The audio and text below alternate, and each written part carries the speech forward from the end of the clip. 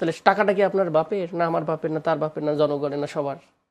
অবশ্যই সবার। যদি বলেন সবার আগে বাংলাদেশ, তাহলে কি আপনার দলের লোকজনকে শুধু দিবেন, আপনার দলের এমপিদেরকে, আপনার মন্ত্রীদেরকে?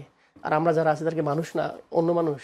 ডক্টর আতিক মুজাহিদ, আপনি বলছিলেন যে দলীয় লোক নিয়োগ এইসব বিষয়গুলো নিয়ে আপনারা বেশ সমালোচনা করেন। তেনারা হাবিব ভাই বলছেন যে তারা যদি রাজনীতি না করতেন তারা বিসিএস ক্যাডার হতেন, একদম বড় বড় পোস্টে চাকরি করতেন।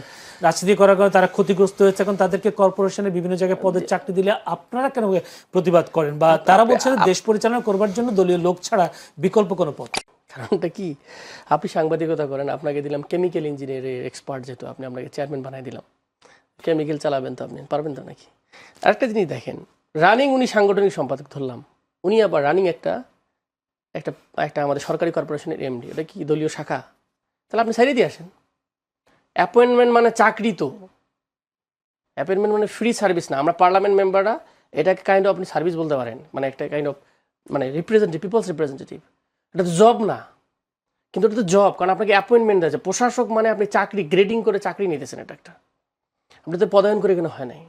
সো সেখানে আপনি পদও আছে, পরিবেশ সম্পাদক, পরিবেশ ফাউন্ডেশনের সাপোজ চেয়ারম্যান, বললাম আর কি এরকম কালেক্ট করলো। এবং অনেকের 12 জনের 2-3 জনের ব্যাপারে এরকম আছে যাদের ডিগ্রির সমস্যা আছে, এটা যেটুকু সার্টিফিকেটের সমস্যা, মানে জ্ঞান যতটুকু আমার আমার জানা আছে, ভুল হতে পারে, মানে যতটুকু আমি জানি আর কি। সো ওনাদের ব্যাপারে ওনারা নিজেরাই কোশ্চেনেবল আছে অনেকে। সো ওনারা দিচ্ছে, দেখি ওনারা খুব সাকসেস। এবং সবচেয়ে বড় কোশ্চেনের জায়গাটা আমি বলি, আপনি নির্বাচন কমিশন যেটা তো ভাই, এটা তো ভাই আপনি সবাই চাবেন যে নিউট্রাল থাক। এটাও কি বলবেন নাকি আমার দলীয় দিয়ে আমরা দেখব আমরা কিভাবে ফেয়ার কাজ করি, এরকম না। আপনার নির্বাচনী বোর্ডের সদস্যকে কখনো আছে, যদিও উনি অ্যাডিশনাল সেক্রেটারি বানাইছেন, এবং সেক্রেটারি ছিল উনি, হলাম জয়েন্ট সেক্রেটারি বা যেটা ছিল, তাকে বসানোর কোনো সিস্টেমে নেই। মানুষ আপনি বিশ্বস্ততা হারাই যাচ্ছেন। তো তাহলে ট্রাস্ট হলো নির্বাচন কমিশন, মানুষ যে ফেয়ার নির্বাচন দিবে, সে ট্রাস্টটা যদি নষ্ট করেন, দলীয় লোক দিচ্ছে, মানুষ ওর দলকে জেতানোর জন্য করে। বাংলাদেশের মানুষ এতটা সৎ এবং প্রফেশনাল হয় নাই যে দলীয় লোকে থাকলেও সে পার্সোনালিটি রক্ষা করে দলের বেড়ে গিয়ে সৎ কাজটা করবে, এরকম লোক আসলে হয়নি। ওনাকে আমি যে প্রশ্নগুলো করেছি, আমি প্রাইম মিনিস্টারকে অসমালোচনা বলি না, আমি বলতেছি যে আপনি অতিরঞ্জিত করাও না। আপনি প্রাইম মিনিস্টার ছাড়া উনি কিন্তু অন্য কারোর ব্যাপারে বলতে পারলো না, কোনো মন্ত্রীর ব্যাপারে বলতে পারলো না যে সাকসেস, কোনো ডিপার্টমেন্টের ব্যাপারে বলতে পারলো না যে 6 মাসে একটা প্রোগ্রেস হয়েছে। যা করতেছে প্রাইম মিনিস্টার বললেন তো, স্বাস্থ্য খাতে কি, স্বাস্থ্য খাতে কি হয়েছে, ডেভেলপের কথা বলেছেন তো, স্বাস্থ্য খাতে বরাদ্দর কথা বলেছে, হসপিটাল বানাবে, এবং বলতেছে টাকা নাই, তাহলে আপনি বানাবেন কি দিয়ে? প্রজেক্ট স্টপড হয়ে আছে। সো গো অ্যান্ড ডিপ করে দেখেন আসলে টাকা আছে কিনা। তাহলে ফাংশন তো সেই অর্থে আপনার মুভিং হয় নাই। তাহলে আপনি কোন জায়গায় সাকসেস ধরবেন? উনি কৃষির কথা, সারের কথা বললো, সারের দাম 1250 থেকে 1800 টাকা হয়েছে এরকম বাজারে পত্রিকা আসতেছে।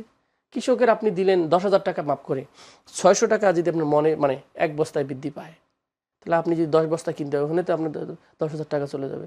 তো আপনি এটা রিলেটিভলি এইভাবে করার দরকার নেই। আপনি মানুষকে ফেসিলেট করেন, যথাযথ দামে দেন। বিদ্যুতের দাম বাড়াইছেন, বিদ্যুৎ থাকে না, আবার ভুতুরে বিল আসার পর থ্রেট করছেন, এরকমও তো হয়েছে। আপনার সার্ভিস, গভর্নমেন্ট মিন সার্ভিস। না, ভুতুরে বিল নিয়ে তো ওনারা যোগাযোগ করতে বলেছে। কিসে যোগাযোগ করতে বলছে? মানে সব হয়েছে, আপনারা আসেন, আপনাদের সাথে আমরা কথা বলবো। এগুলো কথা বলে, এগুলো বলে বিদ্যুৎ হলে, এগুলো বলতে বলতে কত লোক গরিব মানুষ কি অবস্থা আছে সেটা জানে। 5,000-7,000 টাকা বিল চলে আসছে, এটাকে চেঞ্জ হয় আপনার কাছে মনে হয়, নিউজ করেন আপনারা, তাহলে ইনভেস্টিগেশন রিপোর্ট পাঠায় দেন। এত লক্ষ লোক আসলে আমরা আশা তো করতে পারি, আশায় তো সব বুক ভরতে বলছে। আমার একটা খুব ক্লিয়ার সিম্পল ডেফিনেশন বলি, গভর্নমেন্ট মিনস ম্যানেজমেন্ট। বিএনপির গভর্নমেন্টের ম্যানেজমেন্ট কি? রাষ্ট্র চালানো, সেটা। কারণ স্টেটটা অলওয়েজ থেকে যায়, আর গভর্নমেন্টটা চেঞ্জ হয়, মানে পরিচালনা পর্ষদটা চেঞ্জ হয়।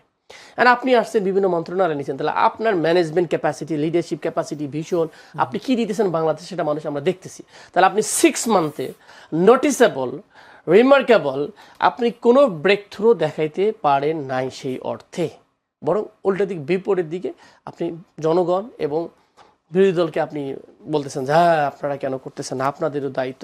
এটি কি আপনাকে বিরোধী দল করেন বলেই কি বিরোধিতার খাতিরে এই কথাগুলো বলছেন? আমি এতগুলো খাল খনন কর্মসূচি করলেন, খাল খনন করলেন, এই জলাবদ্ধতা নিরসনের জন্য এই কাজগুলো করে যাচ্ছেন, এগুলোকে আপনারা ইতিবাচক দেখবেন না? না, আপনি বলেন ইতিবাচক, আপনি প্রায়োরিটিটা দেখতে হবে। খেয়াল করেন, প্রায়োরিটিটা আপনি যা ঠিক করবেন, রাষ্ট্রের এখন কি দরকার। আপনি বলতেছেন আপনার বিদ্যুৎ নাই, সাপোজ আপনি কি এখন টাকা ব্যয় করবেন ফাস্টফুডে? প্রশ্ন আসে না। তারপরে প্রায়োরিটি, ন্যাশনাল প্রায়োরিটি করতে হবে আপনাকে। এখন যদি দেন খুবই খারাপ অবস্থা, তাহলে সবাইকে ডাকতে হবে, আসেন, ন্যাশনাল একটা এমার্জেন্সি সিচুয়েশন আসতেছে, আমাদের একসাথে কাজ করতে হবে, কিছু বিষয় ন্যাশনালকে অ্যাড্রেস করতে হবে। আপনি গণহারে বলতেছেন গত 17 বছর এই হয়েছে সেই হয়েছে, তাহলে আমাদের কোন জায়গায় ফিগার আউট করি কি সমস্যা। ব্যাংকিং এ আপনি তো বললেন ব্যাংকিং লটাকে আপনি প্রথম চেঞ্জ করলেন, পরে ফোর্স করে আবার চেঞ্জ করা হলো যে ব্যাংক আবার ইসলামের পকেটে গেলে সব টাকা চলে যাবে। তা আপনি রেগুলেশনগুলোকে ঠিক করেন, রাষ্ট্রের পলিসিগুলো ঠিক করেন। আপনি এই দেশেই থাকবো তো নাকি? মানে আমাদের কি মানে বিরোধী দল মানে আর সরকারি দল মানে কি আমার শত্রু নাকি? Not like that. মানে আমরা কি গুলি করে মারবো, গুলি করে এরকম নাকি? আমরা আমাদের দেশটাকে সুন্দর করার জন্য, প্রধানমন্ত্রী তারেক রহমান তো তিনি বলছেন আপনাদের কথাবার্তায় ফ্যাসিবাদী আচরণ। এটা কোনো হয়? বিরোধী দল কি আপনি ফেসিবাদ হয়? মানে বিরোধী দল কি ফেসিস্ট হওয়ার আসার সুযোগ থাকে? ফ্যাসিবাদী আচরণ আপনাদের দেখা যাচ্ছে, সেটা ফেসিবাদী একটা কাঠামো, একটা সিস্টেম আন্ডারস্ট্যান্ডিং। তো সেটা কি বলুক যে এই জায়গায় ফেসিবাদী? আপনি বলেন, আপনি বলেন 6 মাস কি হয়েছে আমাদেরকে সময় দিবেন না। আমি বলি 6 মাসে আপনি আমাদেরকে সময় দিবেন না। ইন্টারিমের সময় তো সকাল বিকেল বলছে যে নির্বাচন হলে সব সমস্যার সমাধান হবে। তা তখন কি বোঝেন নাই? তাহলে আপনি বললেন এর আগে আপনি 3 বার ক্ষমতা ছিলেন, উই হ্যাভ নট সিন, আপনাদের রিজিমকে আমরা দেখি নাই আপনারা কি দিয়েছেন। তাহলে আপনি তাহলে বলেন যে আপনারা 3 বছর, তাহলে ওই সময় আপনার সাকসেসগুলো কি এখন কেন তাহলে পারতেছেন না? 3 বার এক্সপিরিয়েন্স সব রেডি, তাহলে আশা মাত্রই করার কথা অনেক কিছু। বলছেন না তারপরেও এটা সমস্যা, ওটা সমস্যা। গণঅভ্যুত্থানের পরে সেই পরিবেশ তো নাই। তাদের কথা হলো গণঅভ্যুত্থানের পরিবেশ মধ্যে যে আপনি আমাকে ভাইটা আগে বলেছেন যে প্রশাসনে বসে আছেন। আমি I am giving one example. আপনি শত এসপিডিসি গুলো যারা আছে, ট্রু পার্সপেক্টিভ, আমি বলতেছি না যে খারাপ, আমি দল করে মানে উনি খারাপ এরকম সবাই না। All are lenience to the government, pro government people, এটা সবাই বসাবো। উনি বললো তাহলে সব জায়গায় তো আপনি প্রো মাইন্ডের লোক বসিয়ে ফেলছেন ডিসিএসপি। এবং অনেক জায়গায় তো বিরোধী দলকে তো অসহযোগিতা করতে বলা হয়েছে, ওনাদেরকে ফোর্স করা হয়েছে অনেক ইউনোদেরকে, তারা তো সহযোগিতাও করে না বিরোধী দলকে। তাহলে আমি যদি উন্নতি করতে না পারি আমার এলাকায়, এই জন্য দায়ভার তো গভর্নমেন্ট। কারণ আপনার গভর্নমেন্টে থাকা অবস্থা আমার এলাকায় উন্নয়ন হয়নি, আপনি বলছেন বিরোধী দল তাই করতে পারবে না। এটা হোয়াট ইজ দিস ফালতু কালচার। এটাই তো ফেসিস্ট কালচার। আপনাকে দাঁড়াইতে দিব না, আপনাকে কথা বলতে দিব না, আপনার এলাকা উন্নয়ন করবো না। আমার এলাকায় আমি সরকারে এসেছি, তাহলে টাকাটা কি আপনার বাপের না আমার বাপের না তার বাপের না জনগণের না সবার? অবশ্যই সবার। যদি বলেন সবার আগে বাংলাদেশ, তাহলে কি আপনার দলের লোকজনকে শুধু দিবেন, আপনার দলের এমপিদেরকে, আপনার মন্ত্রীদেরকে? আর আমরা যারা আছি তাদেরকে মানুষ না অন্য মানুষ? আমার এলাকায় বিএনপির লোক নাই? জি।